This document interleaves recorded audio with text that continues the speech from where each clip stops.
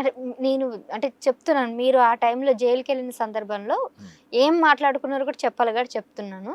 K. Veera Raghava Reddy తనకు తను శ్రీరామరాజ్యం అని ఒక సంస్థను ఏర్పాటు చేసుకొని, హ్మ్. ఒక నలుగురు అనుచరులను వెనకాల తిప్పుకొని, హ్మ్. ప్రతి ఊరు, ప్రతి ఆలయం దగ్గరికి వెళ్ళి హ్మ్.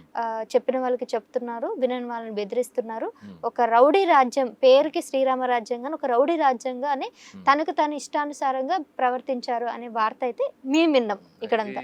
యద్భావం తద్భవతి ఏమిటమ్మా? ఇప్పుడు మీకు ఎలా చెప్పాము వారికి అలాగే చెప్పాము. అది బెదిరింపు అనుకున్న వారికి బెదిరింపు అనుకోనివ్వండి. యద్భావం తద్భవతి.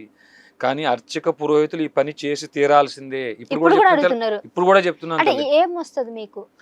అమ్మా, సరే ఓకే. భూమి కాదు భూమి కాదు ఒక్కటి మీ కాదు ఒక్కరి. కాదు కాదు సరే మీరు కాదు అన్నారు భూమి కాదమ్మా. అందరిది ఆ, మనది ఆ, అని అంటున్నారు. అలా కాదమ్మా. ఆ. అన్యమత ప్రార్థనా మందిరాల్లో 2040కి 2047 కల్లా ఈ భూమిని మనం స్వాధీనం చేసుకోవాలి.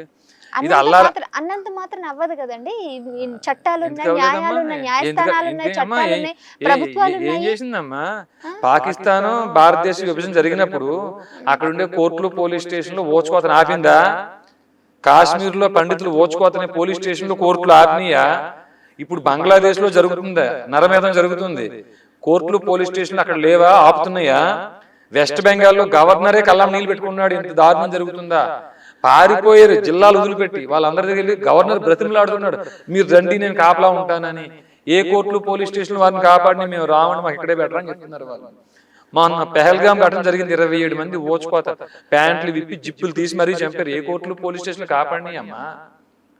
సరే పోనీ అలా అయిపోయినప్పుడు మీరు కాపాడతారా? మీ జ్ఞానం కాపాడుతుందా?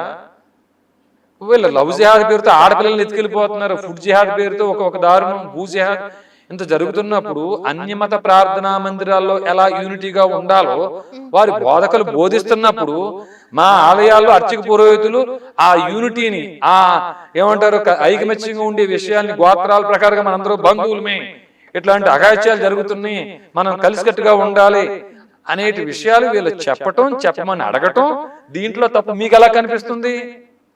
మరి మా ఆలయాల్లో మా ఆలయాల మీద బతికే అర్చక పురోహితుల్ని అడగకపోతే మేము ఎవరిని అడగాలి ఈ మాట?